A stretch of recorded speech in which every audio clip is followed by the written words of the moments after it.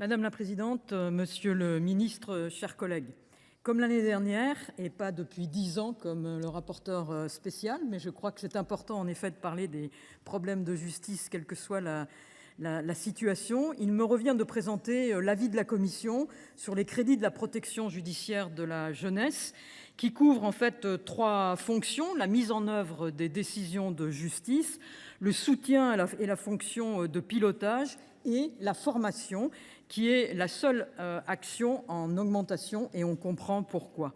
Je vais surtout focaliser sur 2 enjeux que nous avons soulignés lors du rapport en commission des lois. D'abord, la question du fameux logiciel Parcours, qui doit permettre à la PJJ de disposer enfin d'un outil informatique de suivi des mineurs qui lui sont confiés. Vous le savez, monsieur le ministre, depuis quelques années, nous exprimons l'inquiétude quant au déploiement de ce logiciel qui est marqué de retards récurrents, et nous craignons maintenant que ce soit un véritable naufrage. Nous n'avons toujours pas le calendrier définitif, et 3 ans après la mise en service de ce fameux parcours, la première phase n'est même pas achevée, alors même que le projet a déjà coûté 19 millions et que la Cour des comptes estime qu'il n'aboutira pas avant 2032, alors que c'est véritablement un outil pour les professionnels de ce secteur. Le deuxième point est plus lié à la question des ressources humaines et au déficit d'attractivité des métiers de la PJJ, avec notamment une augmentation de la charge de travail depuis la mise en œuvre du Code de justice pénale des mineurs, qui est une bonne chose, mais qui a été mal appréhendée en matière d'évolution des métiers. Je donne un chiffre: 4 300 mesures supplémentaires qui s'ajoutent chaque année au portefeuille des éducateurs, sans compter les 3 000 mesures en attente. Il faut absolument flécher les nouveaux emplois sur les postes créés ou redéployés vers les fonctions terrain. Et la deuxième question liée aux ressources humaines concerne la prime Ségur, vous le savez vous-même, et là, les propositions que vous avez faites comblent un vide. C'est particulièrement important et nous serons très vigilants sur cet aspect. Il ne faut pas oublier que 80% du volume d'action est assuré par le secteur associatif habilité et que cet aspect est particulièrement prégnant.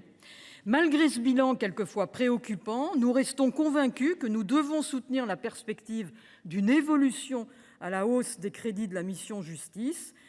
Et la vigilance n'exclut pas la responsabilité. C'est pourquoi la commission des lois a accordé un avis favorable à l'adoption des crédits de ce programme. Effectivement, Yann Brossat l'a dit tout à l'heure, nous savons tous que nous discutons ce soir dans un contexte particulier.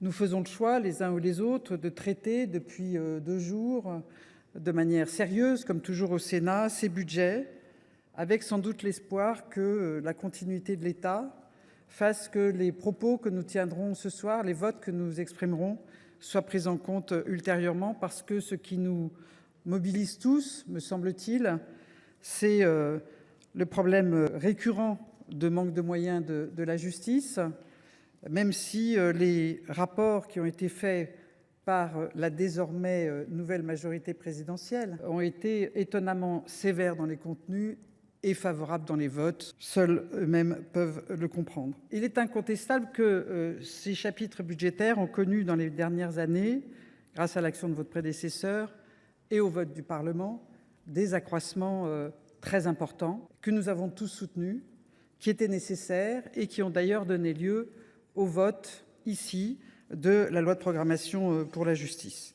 Il est incontestable que de ce fait, un certain nombre de recrutements ont pu être opérés, mais qu'aujourd'hui, nous ne sommes pas encore au bout de ce travail et que le budget qui nous est présenté aujourd'hui ne le permet pas. Évidemment, le chiffre que vous avez annoncé dans votre budget, même si ensuite il y a eu une sorte de scénographie de votre part, assez efficace, il faut bien le dire, permettant d'abonder ce budget de crédits que nous examinerons tout à l'heure, mais qui ne font toujours pas que ce budget soit à la hauteur de ce qui était nécessaire dans la loi de programmation. Et puis, il y a ces annulations de crédits, ces gels, ces surgels, qui font qu'in fine, vous avez vu quand même en annulation de crédit 328 millions disparaître au cours de l'année et ces annulations de crédits qui ont particulièrement affecté la PJJ. Vous l'avez dit vous-même, lorsque vous avez pris vos fonctions, il vous manquait 500 millions. Vous ne les avez pas retrouvés, même si on peut se satisfaire, évidemment. C'est en cela que la démarche était habile, que les quasi 250 millions aient été finalement accordés par le Premier ministre. Ça a été développé par mes collègues précédemment.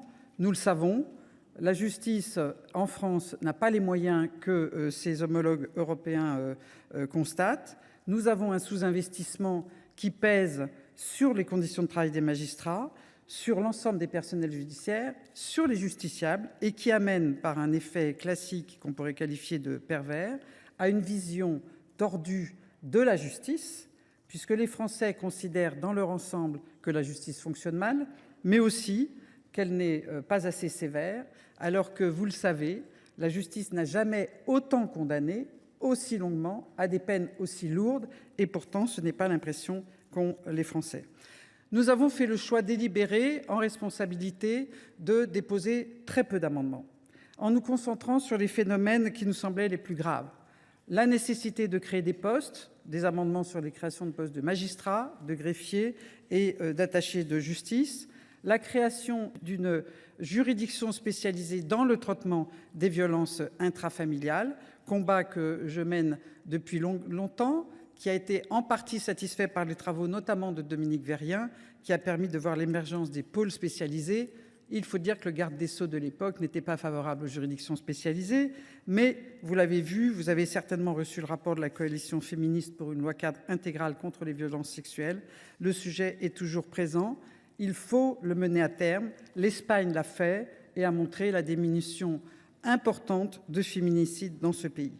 Nous proposerons également de la formation pour les magistrats à ces sujets de violences sexuelles et le déploiement des téléphones grave danger qui sont insuffisants.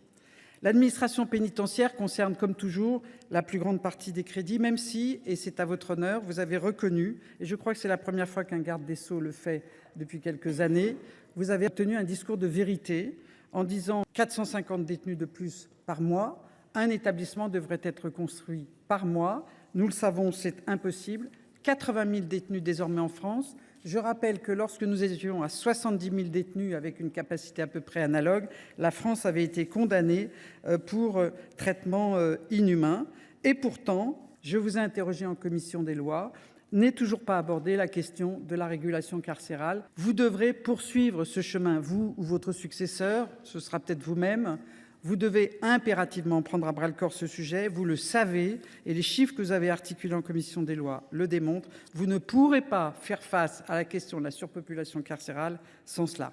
Et enfin, et pas uniquement pour satisfaire Dominique Vérien, qui est elle aussi focalisée sur cet objectif, la question de l'informatique, parce que je ne dis pas que la chancellerie en est au Minitel, mais on est à peine plus loin. Les applicatifs ne marchent pas. Et donc aujourd'hui, nous ne pouvons pas avoir une justice qui fonctionne de manière satisfaisante. Donc vous l'avez compris, nous sommes relativement positifs sur votre budget, mais nous allons déposer des amendements et notre vote dépendra du sort qui sera fait à ces amendements. Madame la présidente, monsieur le garde des Sceaux, mesdames et messieurs les rapporteurs, mes chers collègues, je souhaiterais concentrer mon propos sur le programme 182 relatif à la protection judiciaire de la jeunesse. Chacun sait l'importance de ce programme consacré aux mesures éducatives et judiciaires des mineurs et des jeunes adultes et sa place dans notre dispositif judiciaire. Nous connaissons l'implication des personnels attachés profondément à leur mission. Moi, j'ai pu le constater récemment en allant visiter le centre éducatif fermé de La Chapelle-Saint-Mémin dans mon département du Loiret. Et j'ai pu constater l'attachement, les missions, les difficultés aussi de ce secteur confronté à l'évolution des publics de plus en plus complexes, aux contraintes budgétaires et aux problématiques liées aux ressources humaines. Contrairement aux autres acteurs de la justice, la PJJ n'a pas connu d'augmentation significative de ses moyens à la suite de la loi de programmation de novembre 2023. C'est un secteur très fragile. Nous l'avons constaté l'été dernier à la suite du décret d'annulation retirant 23 millions d'euros sur l'enveloppe disponible, ce qui s'est traduit par le gel, le non-renouvellement de contrat. Bien évidemment, le gouvernement avait dû rétropédaler compte tenu du mouvement social important et de nouveau autoriser des recrutements dans l'urgence après un mini-drame qui aurait sans doute pu être évité dans un secteur extrêmement fragile. Ce secteur est confronté à de nombreuses interrogations. La situation des centres éducatifs fermés qui deviennent aujourd'hui une solution trop souvent de placement par défaut, qui accueillent de nombreux primo-délinquants alors que telle n'était pas leur vocation première. L'impact du nouveau code de la justice pénale pour les mineurs, cela a été évoqué par la rapporteure Laurence Harribey, et puis la mise en œuvre des dispositions liées au dispositif Ségur dans le secteur associatif. Le budget initialement proposé ne semblait pas, compte tenu de la quasi-stabilité des crédits, répondre à ces questionnements.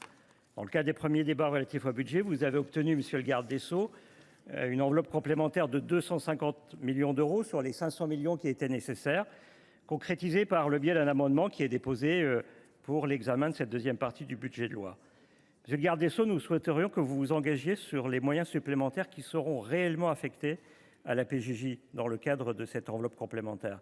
Vous avez évoqué devant la commission des lois la création de 45 postes supplémentaires pour ce secteur. C'est indispensable. Il est indispensable d'allouer les moyens nécessaires aux centres éducatifs fermés.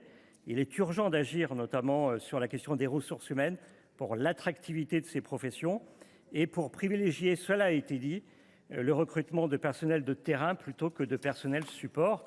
Enfin, vous le savez, ce secteur est confronté à la mise en œuvre des dispositions du Ségur. Et là aussi, nous souhaiterions que vous confirmiez, monsieur le garde des Sceaux, que l'enveloppe complémentaire sera bien affectée pour cela. Et dans ces conditions, vous comprendrez que sous réserve de ces clarifications, nous ne pourrons, à ce stade, donner un avis positif sur les propositions budgétaires.